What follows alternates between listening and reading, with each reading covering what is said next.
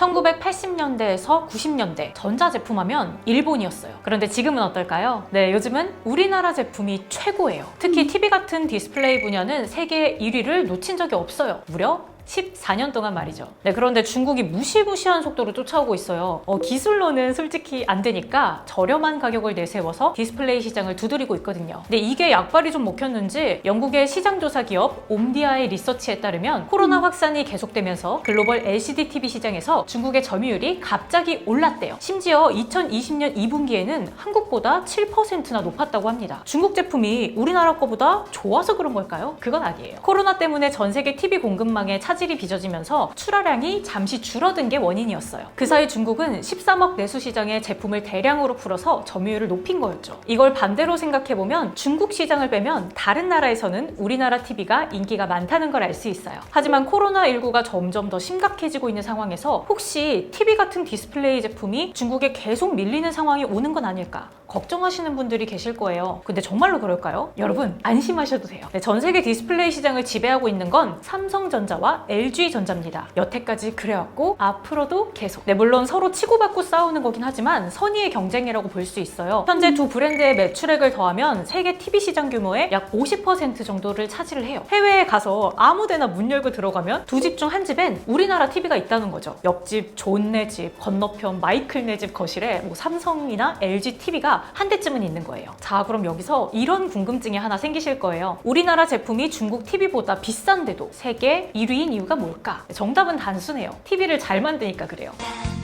우리나라는 중국과 달리 기술력으로 퀄리티를 끌어올렸습니다. 압도적인 기술, 그러니까 초격차 전략으로 프리미엄 TV 시장을 개척했고 지배한 겁니다. 네, 덕분에 삼성전자는 중소형 OLED 시장의 왕이고 LG전자는 대형 OLED 시장을 지배하고 있어요. 삼성전자의 경우 스마트 기기용 디스플레이 시장에서 절반 가까운 점유율을 차지하고 있고요. 접히는 폴더블 디스플레이는 사실상 100%라고 봐도 무방해요. 중국에서 좀 따라해보겠다고 비슷한 제품을 내놨는데 완성도 차이가 엄청났죠. 네, 그리고 최근에 열린 CES 2022에선 플렉스 S와 플렉스 G 같은 세계 유일의 시제품을 선보이기도 했습니다. 특히 디스플레이 시장에서 엄청난 기대를 받고 있어요. 퀀텀 닷 디스플레이를 공개했거든요. 조만간 출시할 예정이라고 하는데 LG전자가 독점하고 있던 OLED TV 시장에 불을 지필 것으로 예상되고 있어요. 이 디스플레이는 LG전자의 OLED와 비슷해 보이지만 크게 다른 물건이에요. 퀀텀 닷은 빛을 내는 발광원이 청색이에요. 이 빛이 퀀텀 닷층과 만나 다양한 빛을 구성하죠. 한편 LG전자의 OLED는 발광원이 흰색이에요.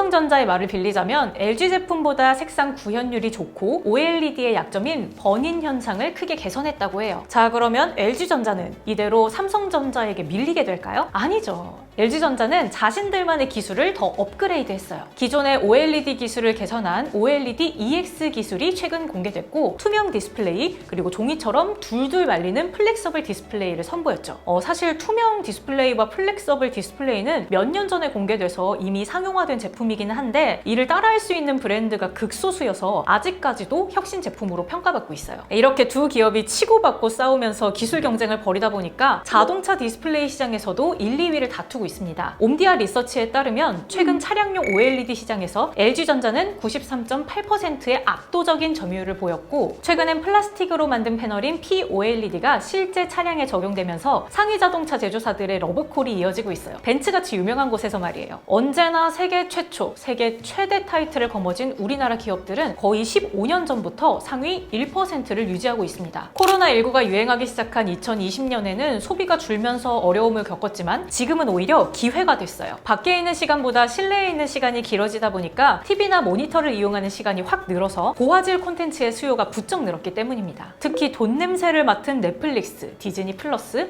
왓챠 같은 OTT 서비스가 순식간에 보급이 되면서 품질 좋은 TV를 원하는 사람들이 많아졌죠. 실제로 주변을 둘러보면 FHD는 기본이고 4K UHD 화질을 원하시는 분들이 많아졌어요. 자, 다시 처음으로 한번 돌아가 볼게요. 90년대 후반 우리나라 기업들이 OLED 디스플레이를 개발한다고 했을 때 일본에서는 후지산을 물구나무로 오르는 게 낫겠다 라면서 비아냥거리던 시절이 있었어요. 저 어이가 없네.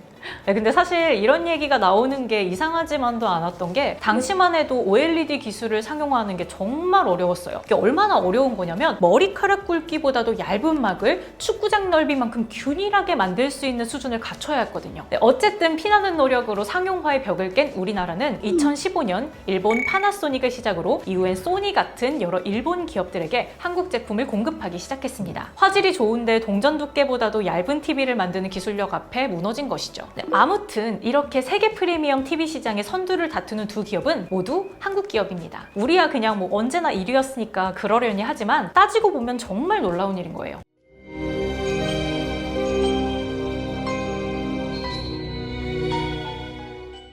남이 미처 안 한 걸 선택해라. LG그룹 창업자인 구인회 회장의 경영 철학이죠. 누군가 비웃더라도 뚝심으로 새로운 길을 개척해 세계를 무대로 명성을 떨치고 있습니다. 발전이 없을 것 같은 시장에 혁신을 가져오고 있는 삼성전자와 LG전자. 앞으로도 메이드 인 코리아를 세계에 널리 알리기를 기대합니다. 오늘의 마녀 스프는 여기까지입니다. 이야기가 마음에 드셨다면 구독과 좋아요 부탁드리고요. 전 지금까지 마녀 스푼의 마녀언니였습니다. 다음 시간에 만나요. 안녕.